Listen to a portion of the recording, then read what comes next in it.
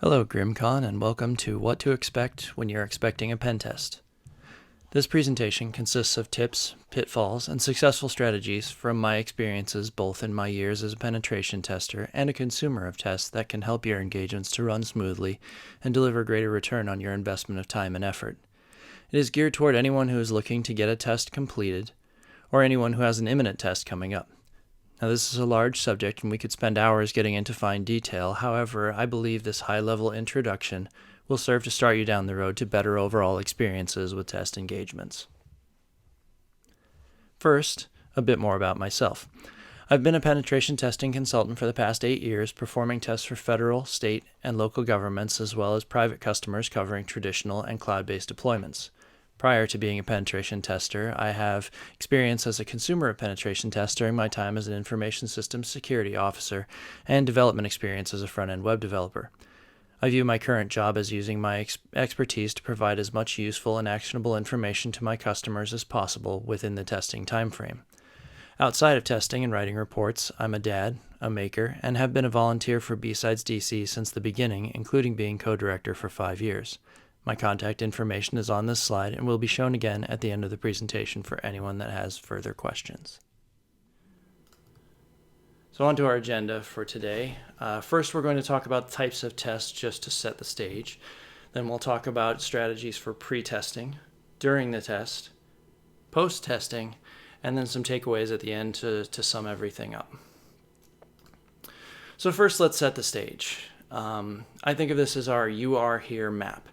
We're progressing from the least intrusive to the most intrusive at the bottom, or the most complex at the bottom. Now, there is a lot of disagreement in the field as to where these categories start and end, so buyer beware.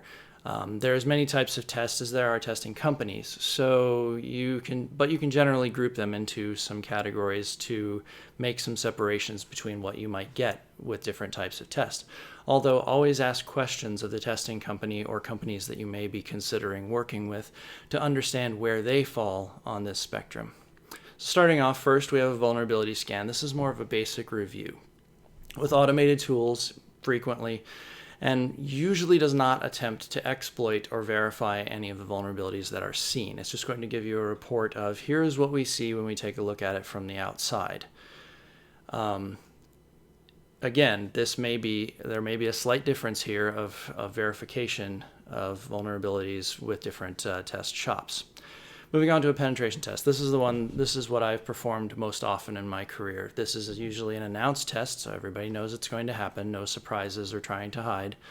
It does attempt to exploit any issues found and verify any possible methods of getting in, and may also go further into lateral movement and searching for valuable information and even exfiltration of information depending on what you're looking for.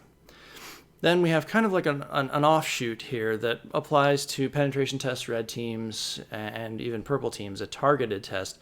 What this really just means is you're specifying a very specific scope for your testing. So for example, we have a new web application that we're going to be releasing and we want to have a very thorough review, or we're deploying a new physical part of our network, our new physical system that's adding on, and we want to have some clarity as to if that's ready for prime time. Then moving on to another level of complexity, we have a red team. This frequently means force on force, so you're actually exercising your incident response or incident prevention capabilities. There's a much more open scope, timeline, or both to these frequently. Red team tests can run from weeks to months to years. The testing team can leave behind backdoors and things to facilitate getting back in. And frequently, this is exercising an IR capability. Also, much less people know on the organization, on your side, what will be if the test is being performed. This is much more labor intensive. It needs much more in-depth planning and support. Most of the strategies we're talking about today will be on the penetration test vulnerability scan side, but I'm just putting this out here so you can have that knowledge of what's in the future. And then purple teams, those are kind of like a red team, but more collaborative, a collaborative red team. So it's an effort between the attackers and your defenders to understand and iterate more quickly through, we see this, okay, here's how you fix or detect that, and then moving forward and fixing as you go. So now that we've set the stage for testing, we're moving into pretest. Pretest is where everything starts. Just like security overall is better baked in than bolted on, the more you can define what you're looking for and what concerns you have before you start the test in this stage, the better you are. It's always a bummer when you've made some assumptions and not really asked the questions, and the team hasn't really answered your questions before the test, and we get to an impasse or something that stops testing when the team is on site. That at that point, you're now costing money and time, and that as somebody who has had tests, I would want my test team functioning and actually working while they're on site, because I'm paying them per diem on site time and things like that. So I want to maximize what happens when they're in the room versus, and spending a little bit more time in pre can help me with that. So first, understand your why. Why are we having a test? Do we want information? Do we just want like a picture of how we're doing? Are we trying to satisfy a compliance needs, for example, PCI, HIPAA, or a financial requirement? Or is the test required for legal reasons? I have personally performed tests that have been ordered from one agency to another as a result of a breach or a result of another issue. They want to have clarity on what's going on in that environment. After you've decided why, or you have a clear idea of why we're having a test, then we can figure out what we want out of the test. Again, are we looking for information? Are we trying to generate some motivation for a part of the organization? Are we trying to gain ammunition with the C-suite to move things, or to get them to give us funding and time to do things that are important to us from a security standpoint that we know we need to do, but we just may not have been organizationally allowed to do at this point? Or verification, as I said before, verification that a new product or service or area of the network is ready for prime time.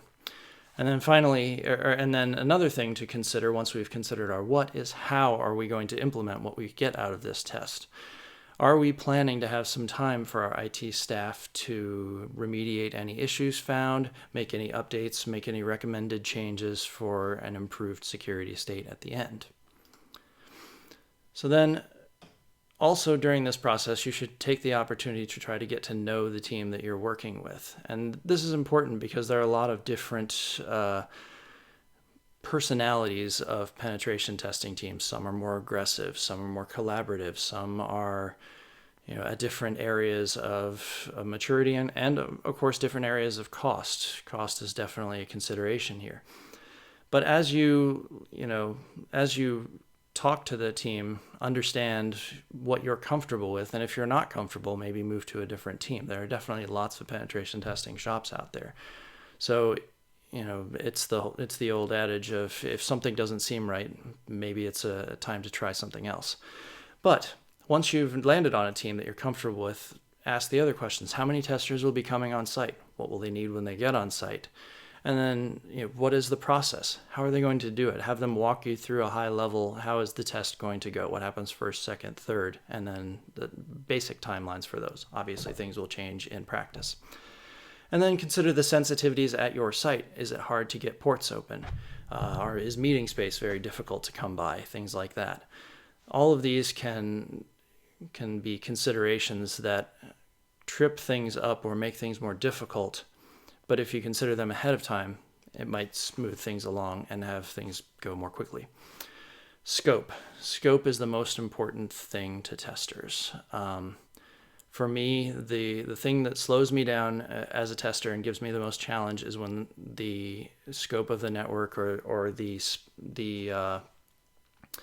provided documentation is unclear or incorrect. So definitely take the time to gather and collect those IP ranges. Network diagrams are great, but we really want to understand how big is the haystack that we're looking through. And that allows us to figure out, one, how many people we need and how quickly we need to move once we get on site. And I know it can be difficult to get a full inventory of your of your infrastructure. Some places are very large and things move quickly. Some places are smaller and have a little bit more static setup. So that can be an advantage either way, but do your best to get that map set out and try to keep that over time. It's kind of a knowing what you need to defend is also useful from a blue team or from your business side as well. And also, try to understand or try to collect a list of things that are concerning for you or fragile. An example would be during a test, we have been told not to target a system during business hours because it's either critical for the operation of the business or it was a part of the hours tracking or pay system. So we were able to adjust our timing as to when we were going to test that system in order to just limit the impact to day-to-day business. So that's an example of going that extra level from your inventory to understanding endpoints and understanding what they do, so we can we can develop a plan that maintains the safety of that asset, but also gets a comprehensive test. And then the final thing that I like to ask for in my pre-scoping is for your oh no moments or your crown jewels. These are the things that if it was taken out of your control, or if the data was stolen, or if the system was taken offline, or if the data was altered, would be an oh no moment, if this would be an existential threat to your business model. So the reason that we want to know this is not so that we can get the easy button and go straight to it and say, haha, we found your crown jewels and here they are. It's so that we can develop in our outbrief and in our reports a story of all of the different possible avenues of attack to get to those, and then help you to shut those down as quickly as possible. Now, during the test, moving on to during the test. So we've done all of our questioning. We've asked our questions, and we know our test team, and we're ready for them to be on site. We know how many people are coming. We've got the conference room ready to go. We've got the network drops set up. Then the Pentest team comes on site, sets up, and starts their scans. Now remember, most penetration tests are not trying to hide from you. We have a limited amount of time to provide as much information as possible. Very commonly for me, it's 1 week. So really 4 days. We have some setup time at the beginning. We have some teardown time at the end, which truncates our time frame even more. I like to joke that we're the bright pink dump truck on fire coming in through the front door. We make a lot of noise because we're moving very quickly. But that said, the first thing we want to do is try to avoid the blame game. Now, the most important part, I think, of the blame game, and I don't love the word blame, but is the internal side, on the customer side. People get anxious when the pen testers come in. I've definitely seen it at every type of business that I've gone into. People think they're going to get in trouble, they're going to get fired, things like that. So the one thing I would say here is do what you can to emphasize that this is an information gathering. This is so that you can use a niche area of expertise to gain further information about your network and your business that will hopefully improve the way that you do everything. And try not to point fingers. One thing that I say about all of the tests is anyone can be gotten. Anyone can be phished. Anyone can have their machine exploited in some way, shape, or form. And frequently, especially when we start moving into lateral movement, we're not targeting anybody specifically, and it's not really anyone's specific fault that something happened. But I also definitely have seen people tighten up in meetings when management asks the question, well, whose machine was this? So it's something to keep in mind, and it's human nature to want to view this as a test, and sometimes it is, but do what you can to lower that fear with your team. And then also on the penetration tester side, they can tell you what they're testing. In the early part, it'll be a wide net that they're casting across your entire IP range or your entire network range. But as the test goes on, it narrows down more and more and more. So if there's something it seems strange, go and ask the testers. Hey, we're seeing some strange activity on this one IP address or on this one server name or endpoint name. Is that something that you guys are testing? If it is, we can certainly pause the test. I've done that many times. We've stopped scanning, we've stopped pen testing, we've stopped on that IP address, moved on to other things, and continued being productive while the customer can triage and return it to a state that they're happy with.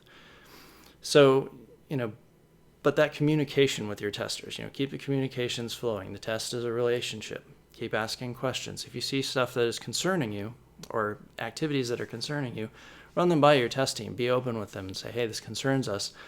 And then the testers should be willing to work with you to come up with a solution to get the test done, but also not impact your business.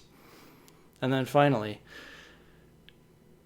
consider how you're going to deal with critical issues. This doesn't mean you have to have like a step 1, step 2, step 3 plan, but have an idea in mind. Like if something critical comes up, who is going to quarterback the effort to deal with it, and how are we going to expect to potentially have to give time to one of our staff to fix any issues that come up.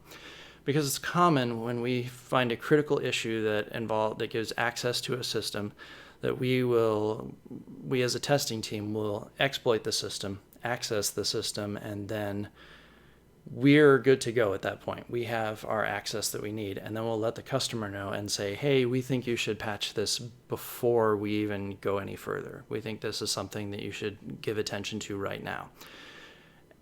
And at least give that opportunity to our customers so that they can consider that and decide whether or not they agree. And that is, again, totally up to you. Okay, so the test is completed. Testers are packing up their equipment. There's no more activity going on your network. Everyone is breathing a bit of a sigh of relief because everything is done. Well, at least the active portion of the test is completed. So now, what should you get from your test team? They have something to deliver to you. One of my coworkers likes to say we pen test for free and we write the reports for our pay. So there are several types of output that you can expect to get from your penetration testing team. First and foremost, the one that will probably happen first is an outbrief. And outbriefs come in many sizes and flavors. So there's the general outbrief, which is a high-level overview. Testers will go over basic findings, things that they're going to put in their report, general observations, maybe some high-level recommendations. Again, this is something that you should have discussed in the that you could have discussed in the pre-test planning. Is how technical is your report? Can you show us an example? But for the general outbrief, it will be high-level things. The important thing about the overall outbrief is this gives you a chance to get your decision makers in the room. Again, going back to what we talked about in pre-planning, if you're looking to get some information or ammunition with your management levels to drive some change, to say, hey, we really need to change this policy across the network, or hey, we really need to improve our system patching process, or hey, we really need to decommission that really old piece of equipment that we're not actually using and is kind of a hole in our network. If you're trying to deliver that kind of message, the outbrief allows you to let the testers deliver it for you. I've definitely been in outbriefs where the customer wanted to make a point or something, and they had a hard time getting the information or the message to stick from an internal perspective.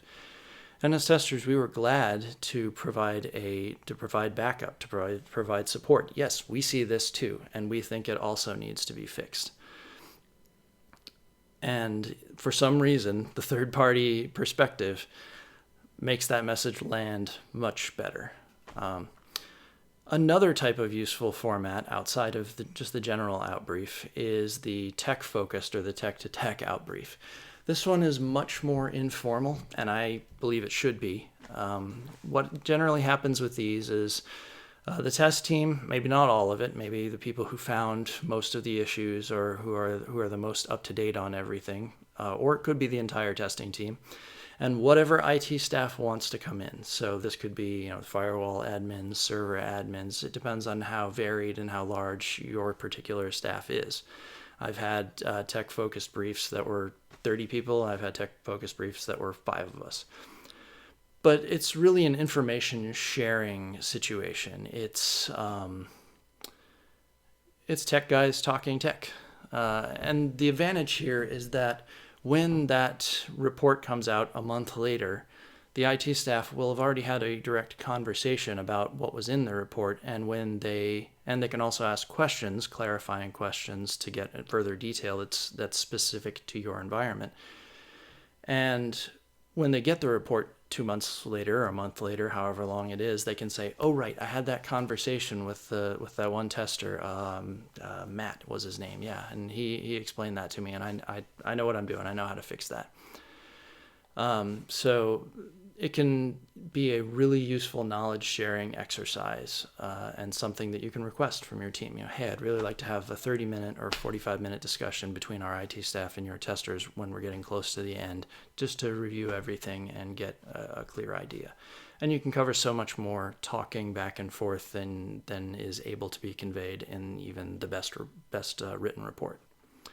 I'm talking about the written report. The report is an output. It's definitely something that's useful, something to file if you have a compliance requirement where you need to have proof of the report. It's also something that can be reviewed year over year. So again, if you're looking for ammunition for more funding, driving home a point to leadership, you can request more information in the executive summary part or more pointed recommendations there. If you're wanting to ensure your technical team has a very clear readout, you can ask for further information about how issues can be fixed and how the recommendations are going to be communicated and what level of detail. Definitely you can ask for an example report. Can you show us an example of what type of reports you provide? And another thing to know at this point is can you reach out for clarification if you get the report and you have a question, or if somebody just didn't take a note on something and they want to know. Every outbrief that I have been in, the final slide is, here's our contact information. Please feel free to reach out to us. And amazingly, it happens very rarely. But I would be glad to go through any item in any of one of my reports and clarify it or answer questions about it if somebody had them. Further after the test, always ask more questions. Always be asking questions. Clarify things. Don't leave things to chance. So once issues come out, and almost every test will find something, major or minor, who is going to perform the fixes? Is this something that you're allowing time for within your IT staff? Post-test. IT staffs have a lot to do. They're usually staffed right to what you need, or usually less if you ask the IT staff. I know that IT staffs are very busy. They have a lot to do. And so you'll need to consider, do I need to build some time in afterwards to make the fixes? Will another third party be involved? Do you have a contractor who might be helping you, assisting? Will the testing team be helping with some remediation efforts? None of the teams that I've been involved in have that, but it's possible that your test provider has a service to do that type of work. And then work on prioritizing. So you're going to get a list of findings or issues or opportunities for improvement, depending on what they're called. And they'll be usually categorized by critical, high, medium, low. Prioritize those, and not just necessarily by the criticality rating. Prioritize them by how easy they are to fix. If there's 3 or 4 of them that are easy to knock off in an afternoon or in a couple of days, do those first. Check a few things off. It's great, and that gives you time while those things are being checked off to have the meetings for the more intrusive changes that are going to require testing and maybe a rollout to a subset of machines to determine if the change has taken and if it hasn't, to ensure that it hasn't caused any negative effects. But as those complex issues are decided and mapped out, If you've taken a little bit of time in the pre-planning stages to consider this, as we talked about before, and then now we're taking the time in the post stages to actually put that into action, we can hopefully smooth out the process of fixing what needs to be fixed, improving the business, and moving forward. So our takeaways. Pen tests seem scary, but I promise they don't have to be. Planning ahead, asking the questions, making sure that you have clarity on everything and not taking anything for granted can definitely smooth it along. Again, before, know why you're having the test. Know what you're hoping to get out of the test and drive toward that. That can help you make those decisions during the process of, hey, we don't need to follow this down the path because that's not the type of information I'm looking for, or yes, that test is something that I want to pursue until the end. And then how you're going to implement what comes out of it. Again, I know why I'm doing it, I know what I want, and I know what I'm hoping to do afterwards. Ask the questions before, make sure the testing team is on the same wavelength as what you are. They're on the same page, they're doing the test the way you want it done. Determine your scope, try to get as good of an inventory as you can, including the devices that you're concerned about, the oh no moments, the crown jewels, the things that are the most important to your business. During the test, try to allay the fears of your staff. Try to make things as comfortable as possible. The more collaborative and communicative you can be during the test, the better things go, in my experience. And then plan your responses to anything critical that comes up. Again, if you have a good relationship with your testing team, those moments will go much smoother as well. And then after the test, again, keep asking questions, clarify things that you need. Communicate what you need from the test team, and they should be providing it to you. I, as a tester, am providing a service to you, trying to get you what you need. Use the outbriefs to your advantage. Get those decision makers in the room if they need to hear what's coming out of the testers, and then get the tech team directly in contact with the testers to talk nerd to each other. It helps. It really does. And then reach out after the test if necessary. Take advantage of that. Every team says, hey, we're here for any questions. So use them for sure. Don't think that you're taking advantage. You've paid for a service, and that is part of the service, is making sure that report is to your liking, or not necessarily to your liking, but to your satisfaction. You have gotten the information you need. It might not be the information you like, but it's the information you need. And, I, as a tester, that's where I know I've done my job. I've delivered a report to the customer, and they say, yes, this is clear. I know what to do with it, and I know, and I appreciate the clarity and detail of the information provided. Also, other resources. I know that Tim Medine from Red Siege on their Siegecast is doing a pen test process presentation over 3 weeks, I believe is what it is, and it will be on their Siegecast and on YouTube. You can search for Red Siege, and he is definitely going to have excellent information on penetration testing as well, and will probably cover things that I haven't covered. The guys at Red Siege do an excellent job, and I appreciate their views as well on how the testing process goes and the goal of engagement. So, with that said, thank you for your time and attention today. I hope that some of these tips and ideas will help your future penetration test engagements run as painlessly as possible and deliver maximum return on your investment of time and organizational effort. I have posted my contact information again on this slide. If you have additional questions or specific circumstances you've encountered during tests that you'd like to discuss, I will be on the GRIMMCon Discord after the talk to share more ideas or chat. I'm also reachable on Twitter or LinkedIn and would be glad to discuss anything I didn't cover in this talk.